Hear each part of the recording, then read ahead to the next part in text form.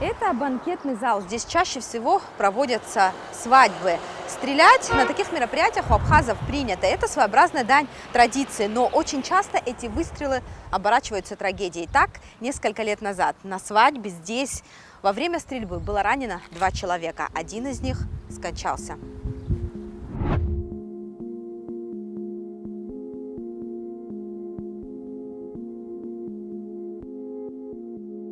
Ранее судимый, обвиняемый в незаконном хранении огнестрельного оружия и боеприпасов, находясь в состоянии алкогольного опьянения, вышел на проселочную дорогу и произвел выстрел из имеющегося при себе оружия в проезжающий автомобиль. Обнаружен и изъят револьвер без номерных знаков, автомат системы Калашникова калибра 7,62 мм, 4 ручные гранаты F1 с запалами и выстрел от ручной противотанковой гранаты РПГ-7. Изъят хранимый за поясом носимых брюк пистолет. Хранил при себе пистолет со снаряженным магазином и 8 патронами к нему. При осмотре прилегающего к дому участка обнаружен и изъят принадлежащий подозреваемому автомат, а также собранный в рюкзак патроны различного калибра в количестве 126 штук.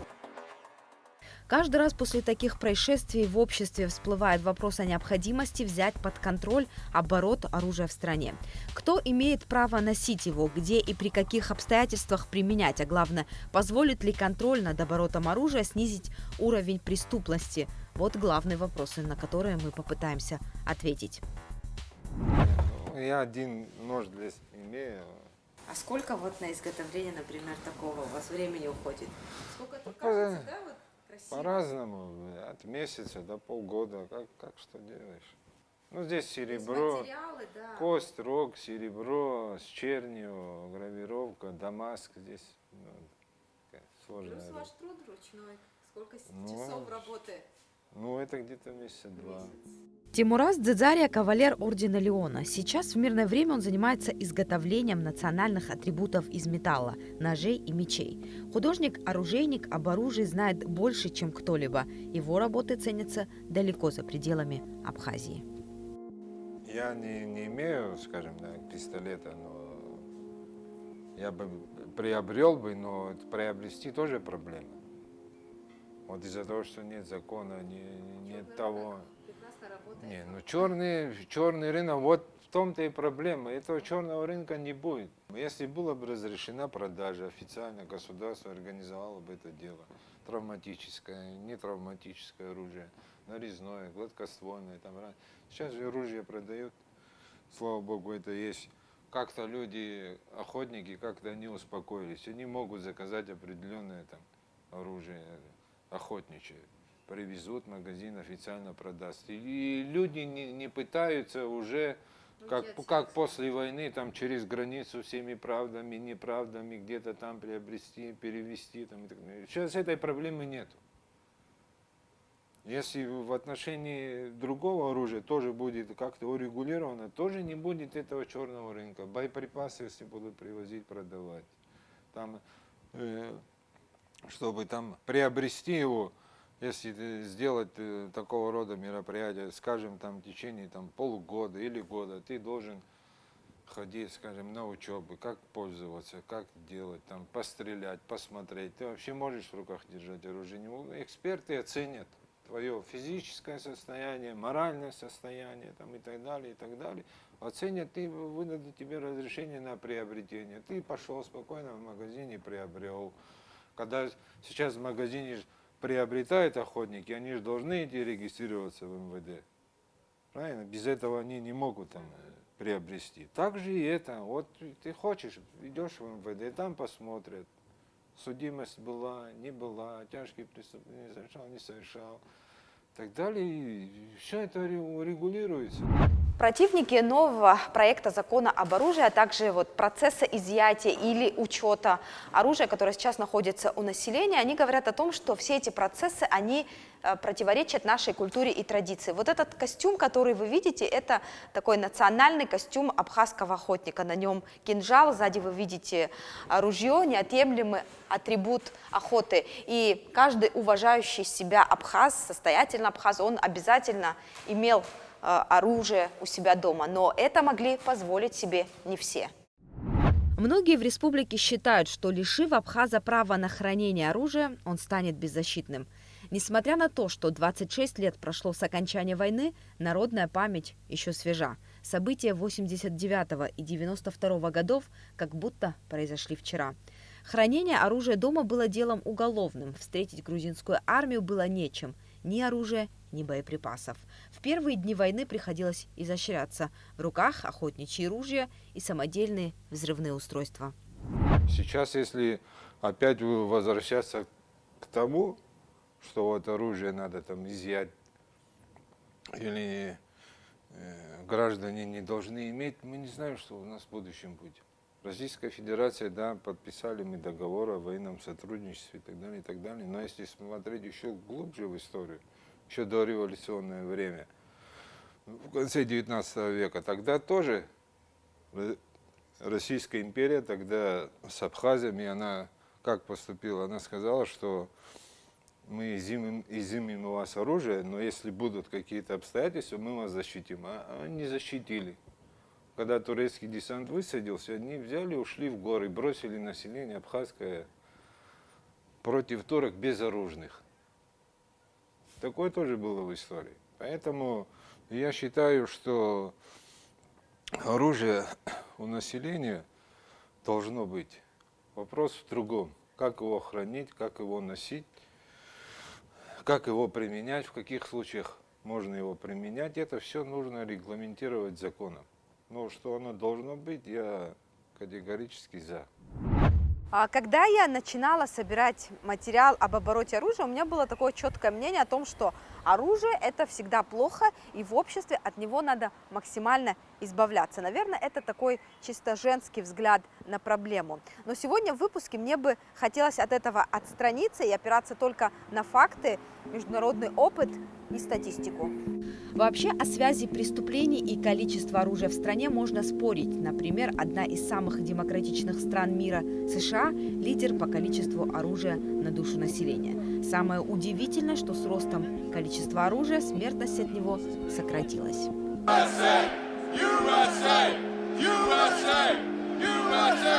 Случаи массовых убийств с применением оружия тиражируются средствами массовой информации, но различные исследования показывают, что процент в Соединенных Штатах невелик. 11 мая текущего года в одной из квартир многоэтажного дома по улице Картозия в Новом районе города Сухум обнаружен схрон оружия и боеприпасов. В ходе проведения оперативных мероприятий сотрудники правоохранительных органов изъяли несколько тысяч патрон различного калибра и образца.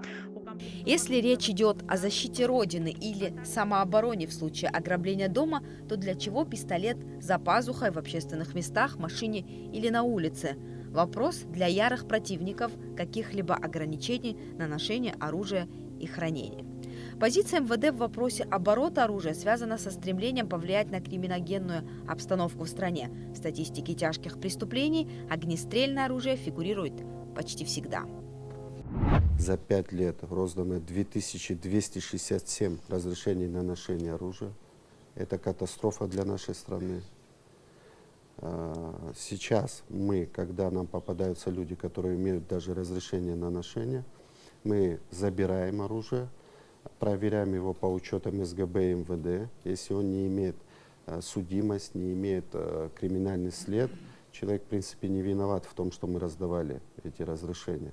Мы возвращаем ему только на хранение оружия и будем, последующие участковые будут проверять, как хранится данный вид оружия и в надлежащем ли виде.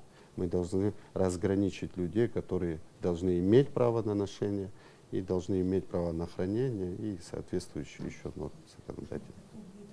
На каком основании можно вот сейчас изъять, остановить, кроме Уголовного кодекса? Еще какие-то основания? У резервистов, например, хранится оружие, он ветеран войны. Ну вот в соответствии с положением об утверждении, с положением о порядке оборота огнестрельного оружия 4 мая 1994 года у резервистов может быть в наличии только одно огнестрельное оружие. Вот. Он не зарегистрировал, допустим. Вот я ветеран войны и не пошел, не хочу регистрировать. Он должен пройти обязательную регистрацию. Значит, если меня задержат, пусть я буду ветераном войны, у меня орден Леона или Герой Абхазии, Да, к большому сожалению, на именно диспозицию статьи 217 это не влияет. Но ранее, вот я знаю, что и в практике моих коллег были такие дела, но это до 10 лет тому назад, что если представляли списки с Минобороны, командиры о том, что вот у них в списках значились такое-то, такое-то оружие, значилось за определенным лицом. В этой ситуации даже прекращали уголовные дела. Но в настоящее время более сложнее эти вопросы решаются. И как таковой, на самом деле, в принципе-то Уголовный кодекс не дает возможности где-то хранить списки на стороне, нежели чем в МВД. То есть должно быть это пройти и в гильзотеке, гильзы должны быть отстреляны. То есть порядок четко вот в положении прописано, там вообще не предоставляют такой возможности, чтобы Минобороне это регистрировать. Там написано, что органы внутренних дел. Это 94 года. Но это именно положение о порядке оборота огнестрельного оружия. Это последний документ, на который мы вот сейчас... Это который, да, все, что связано с оружием, мы ссылаемся на этот документ. Как правильно обращаться с оружием, ветераны войны знают. Они прошли строгую советскую армейскую систему и закрепили свои навыки на войне. А вот откуда знания у молодых людей, многие из которых военную службу и не проходили, сказать сложно. Скорее всего, такой подготовки у них нет. Это то же самое, что сесть за руль автомобиля, не зная правил вождения. В Абхазском стрелковом клубе можно не только законно пострелять, но и научат, как обращаться с оружием. Обязательное условие для клиентов – ознакомление с правилами безопасности, и только потом оружие попадает в руки. Для любого посетителя, который уже второй, третий, пятый раз, он все равно проходит в класс и встречается со своим инструктором и проходит инструктаж. Это правила обязательные для исполнения каждым посетителем на территории стрелкового клуба. Причем эти правила универсальны во всем мире. Неукоснительное исполнение этих правил привело практическую стрельбу как вид спорта по травмоопасности на уровень шахмат. Здесь вы встречаетесь с инструктором, сегодня у нас инструктор Николай. В первую очередь, что такое стрелковый клуб? Стрелковый клуб – это спортивный объект. Практическая стрельба – это вид спорта, крайне популярный во всем мире. И что в первую очередь проповедует этот вид спорта? Это безопасное обращение с оружием. Безопасно, это самое первое. Если инструктор, например, видит, что у вас, в силу определенных каких-то ваших качеств, вы не можете безопасно обращаться, он не будет с вами работать. Если такие случаи часто ваших не часто, но бывали случаи, когда, например, нетрезвые приезжали. И нам приходилось по 40 минут водить по клубу посетителей, чтобы их не обидеть, при этом убеждая, что мы не допустим к стрельбе в небольшом даже выпившем состоянии. Все наши проблемы, связанные с оружием, они в первую очередь идут от отсутствия культуры. Никогда наши старики, наши предки не позволяли себе каких-либо вольностей с оружием, которые сейчас... Хотя почти у каждого в доме было ружье. Всегда было. Да. Соответственно, здесь мы видим не столько проблему, сколько необходимость принятия некоторых мер. В первую очередь закона об оружии. Адекватного, понятного, четкого. Лучше вообще не принимать закон, чем принимать его пустым, таким вот неработающим. И здесь, наверное, мы тоже могли бы со своей стороны принести определенную пользу законодателям в плане консультативной какой-то поддержки. У нас здесь на столе проект учебной программы по безопасному обращению с оружием. Человек хочет, вот вы, например, Нала, хотите стать обладателем огнестрельного оружия. Помимо того, что у вас есть справка из наркодиспансера, из психдиспансера и так далее, было бы неплохо, а вообще правильнее было бы, чтобы вы прошли курс безопасного обращения с оружием в Абхазском стрелковом клубе и получили соответствующий документ на это. И тогда Министерство внутренних дел спокойно, уже понимая, что вы обладаете навыками безопасного, вы сами для себя и для окружающих не представляете никакой угрозы, могли бы получить спокойно оружие. Это как автошкола. Как автошкола, абсолютно. Мы же знаем, что независимо от того, вы прошли, от ДТП никто не застрахован. Но я еще раз говорю, есть мировая практика за 35 лет, за последние 35 лет, которая говорит о том, что при соблюдении всех норм и правил Это безопасно абсолютно. Ну, смотрите, с Да. другой стороны, большая часть мужского населения, они служат в армии, да? Ну, кто Ну, служит, кто кто-то нет. может откосить, понятно, есть какой-то процент, ну вот Да. какой-то процент в армии служит, да. Они должны такое вот, как на ваш взгляд? Если это идет речь о короткоствольном нарезном оружии или там о карабинах, то да, конечно. Да, конечно, потому что в армии дается документ, то бишь военный билет, о том, что человек прошел воинскую службу, но не дается документ, подтверждающий его навыки обладания, навыки обращения, безопасного обращения с оружием. Оружие всегда заряжено, это априори. Магазин извлечен, патронов нет, вы знаете, все равно мы обращаемся с ним, как с заряженным. Следующее правило. Я никогда не направлю оружие туда, куда не хочу стрелять. Вот у меня есть мишень в том направлении. У меня оружие всегда направлено в том направлении. Лежит оно на тумбе, находится у меня в руках, либо оно находится у меня в кобуре. Другого варианта нет. То есть у меня никогда не направлено оружие в том направлении, в тыл, в бок. Всегда в том направлении. Палец на спусковой крючок у меня ложится в том направлении, только когда направлен в сторону мишени. Во всех остальных в таком положении. Ну и прежде чем открыть огонь, я посмотрю, что вокруг мишени, что за ней. Потому что вдруг кто-то там появился на линии огня, соответственно, стрельба прекращается. Это вот 4 правила. Это кодекс стрелка, молитва стрелка, называют по-разному, но суть это не меняет. Ну и основная команда «Стоп». Услышали ее, остановились в том положении, в котором вы ее услышали. Убрали только палец со спускового крючка.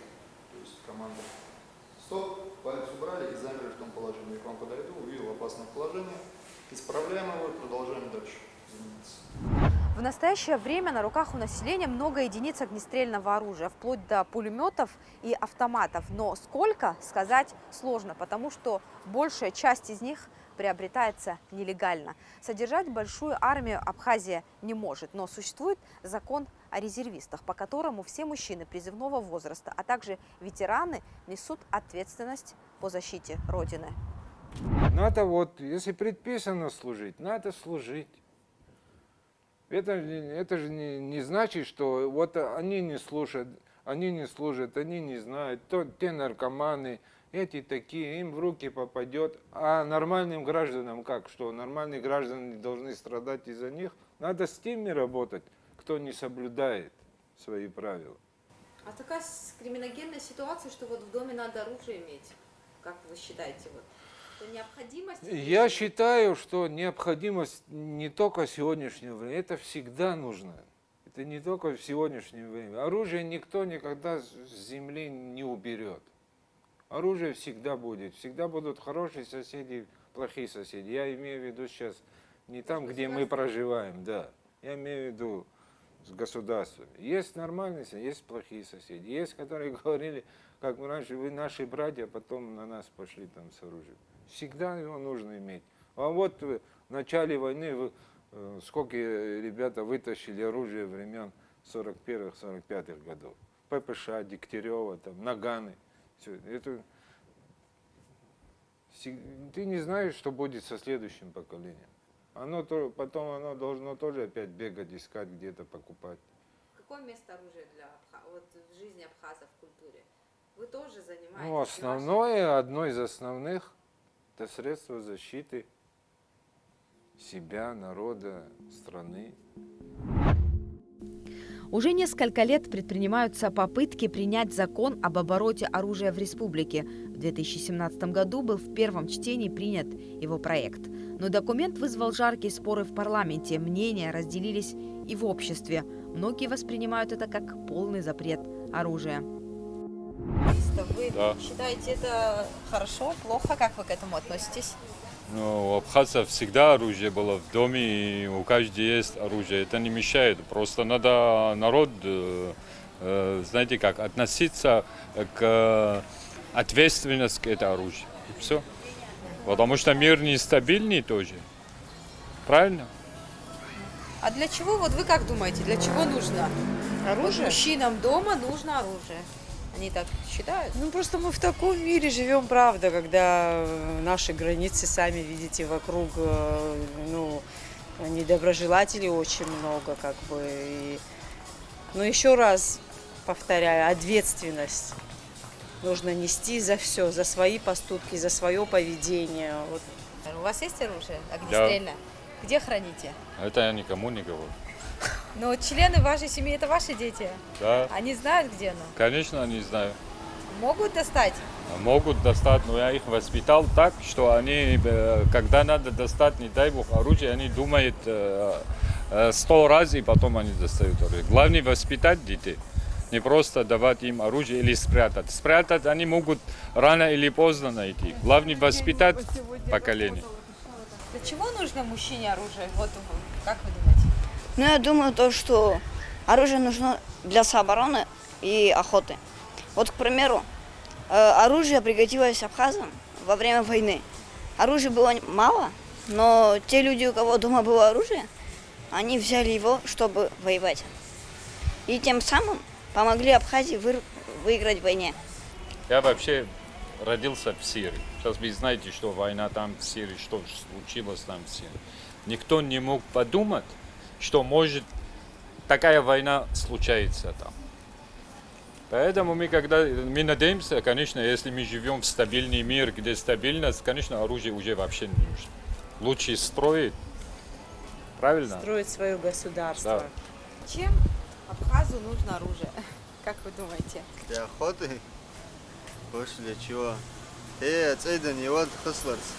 Автомат? И автомат для самообороны всегда, не дай бог, конечно, всегда, если враг будет. Я считаю, что тот, кто заслуживает, закон Хашир-Хавала, по закону тот, кто заслуживает, вот этот человек должен иметь, носить там соответствующие документы, конечно же. А с другой стороны, сейчас не обязательно носить, каждый там носит со стволом, ходит, зачем это не обязательно. Здесь мы в раю живем, здесь Абхазия, здесь врагов нету. Или это пистолет, или автомат, если для себя человек имеет, если он адекватный, хороший, нормальный человек, если сделано на хранение, на ношение, я думаю, что этот человек должен иметь, пускай имеет. И носить, и хранить дома оружие. Как вы к этому относитесь? Очень плохо. Я бы не хотела, чтобы с оружием человек в доме жил. Все наши мужчины любят оружие, но я думаю, что лучше его не любить, конечно. А к чему приводит, какие последствия, что вы, почему такое мнение у вас сложилось? А для чего дома оружие? Вот для чего?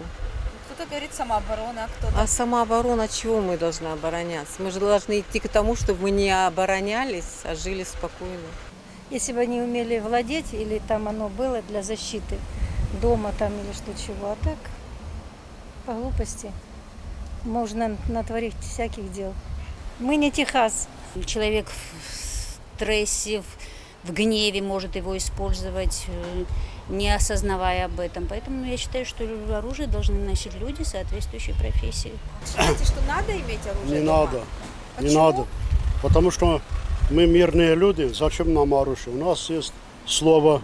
В настоящее время правовая база, регулирующая оборот оружия в Абхазии, основывается на 2 документах – Кодексе об административных правонарушениях и Уголовном кодексе. Статья 180 КоАП предусматривает наложение штрафа от 1 до 3 минимальных размеров оплаты труда за незаконное приобретение и хранение оружия. Смешной штраф грозит, к примеру, тем, кто нарушил условия хранения. А вот для тех, кто без разрешения хранят или носят с собой оружие, более жесткие санкции предусмотрены в Уголовном кодексе от 2 до 5 лет лишения свободы. В 2008 году окончательно освободили мы Абхазию от врагов, скажем так. Да? И тогда тоже был призыв резервистов и тех людей, которые тогда были после войны родились, которым на тот период было. Они не имели оружия. Вот эти молодые люди, кому было там 23-25 лет, они не имели оружия. Вот я конкретно в новом районе живу, из нового района тоже там призвали одну группу. И вот в нашей группе было там около 7 человек молодых, которые не имели оружия.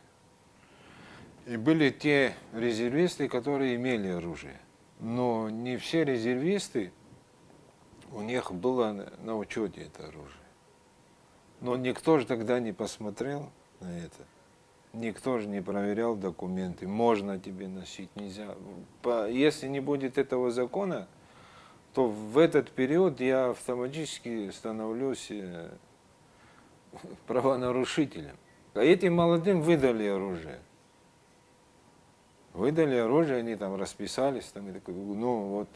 И что эти молодые проявили себя там нормально, их потом наградили даже, этих людей, молодые, которые, они там рвались, прямо хотели, но они в той войне не могли участвовать в силу своего возраста, но здесь они проявили себя там достойно и так далее. И вот сейчас подойди к нему, сказать, вот ты там попользовался им, давай сейчас изымаем, да?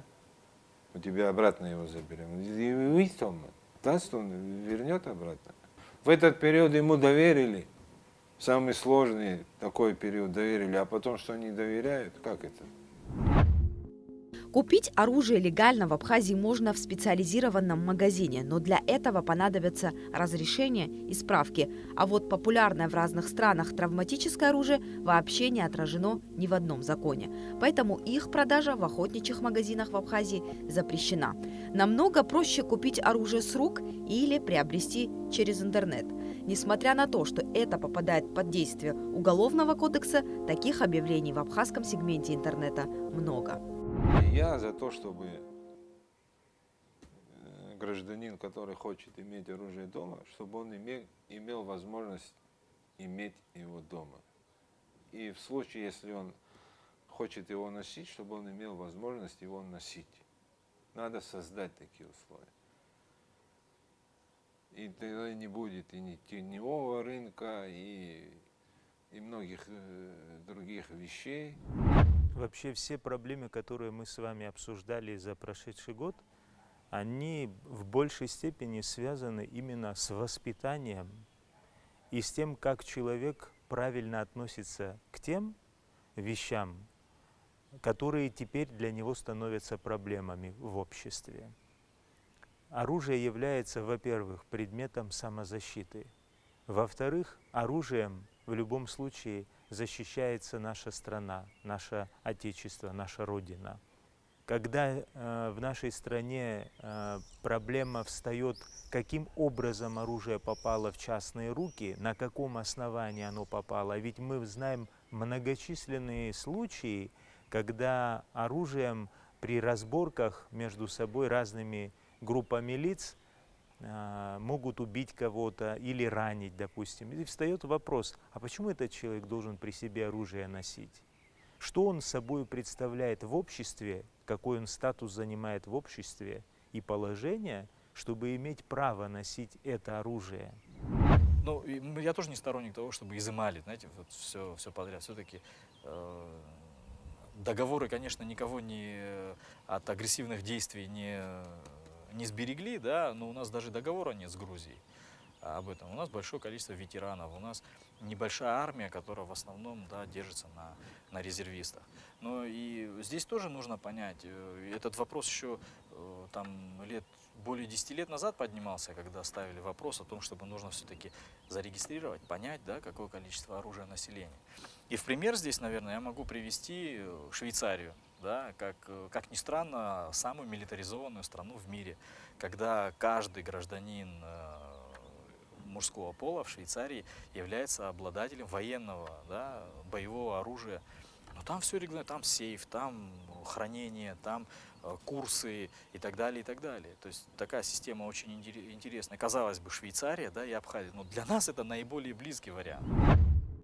В Европе лидер по количеству оружия на душу населения Швейцария. Там люди почти не убивают друг друга, и государство не просто разрешает, но и предписывает гражданам иметь дома боевое оружие. Статистика демонстрирует интересные вещи. Оказывается, страны с наибольшим количеством убийств в подавляющем большинстве разоружены.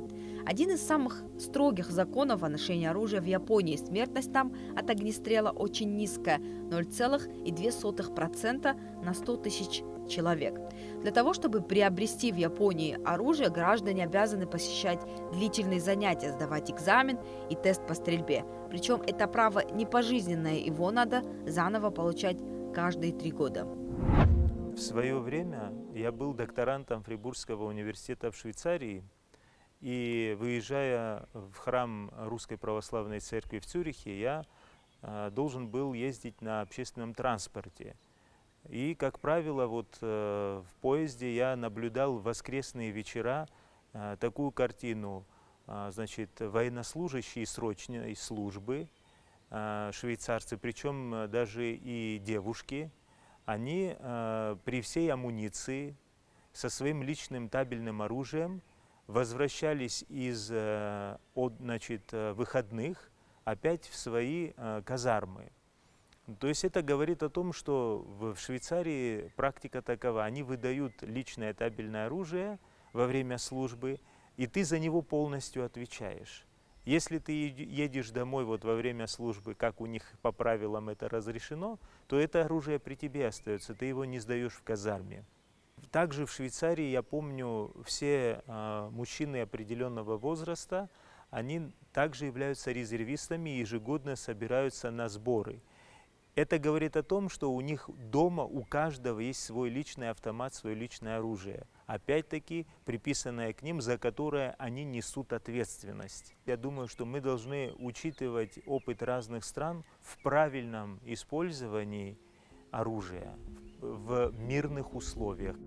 Абхазия на протяжении всей своей истории была и остается лакомым кусочком для завоевателей. Мир на этой земле хрупкий. В условиях, когда нет многочисленной регулярной армии, оружие у населения – средство самозащиты и гарантия сопротивления.